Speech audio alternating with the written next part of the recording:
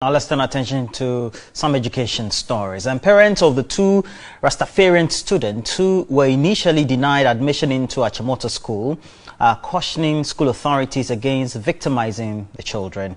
Now, despite the intervention by the Ghanaian Education Service, the parents say they will pursue the case to avert similar occurrences in future.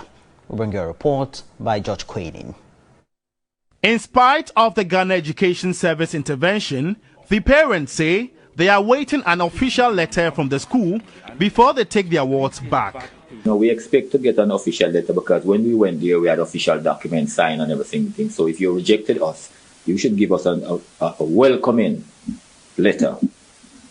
And furthermore, we also expect that the administration will find a proper way to welcome these children, because the rejection is damaging to the morale. Once we start seeing any kind of abnormality, we are going to investigate to see what is going on there. So it's not going to be left unchecked.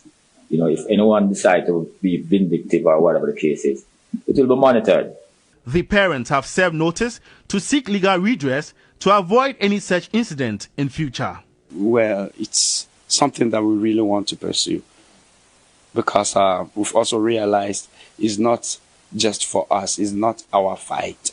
We should fight for other kids too.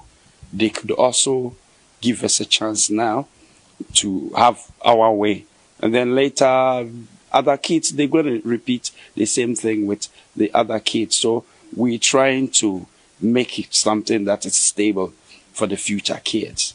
For the two students, Tyrone Iras Magai, who obtained aggregate 6, and Ras Aswad in Krabia, who got aggregate 10, the decision to choose Achimota School was based on proximity and the quest to be in the mixed school. Are you ready to pull this down just to be in Achimota? No. Why? Because I'm Rasta and that is my culture, that's my way of life. And how do you feel now? GS has intervened, they said the school to call you back. How do you feel about it? Well, I feel good because I know now we can really get back to Achimota regardless of our culture. We chanced on family friends, encouraging the students as they prepare to pursue senior high education. Your focus on your education must be stronger and better than anybody else's. But when your grade comes out, it's above everybody else. Because everybody spent their time looking at your hair and saying that you are going to be this, this and that. But you're going to show them that's not the case. Your hair doesn't determine who you are and what you're going to be and what your contribution to the future of our country will be. For international campaigner Khadija Billa, who has known the family for a decade and a half, the matter should be a case study. I've worked and worked in 35 African countries with the locks.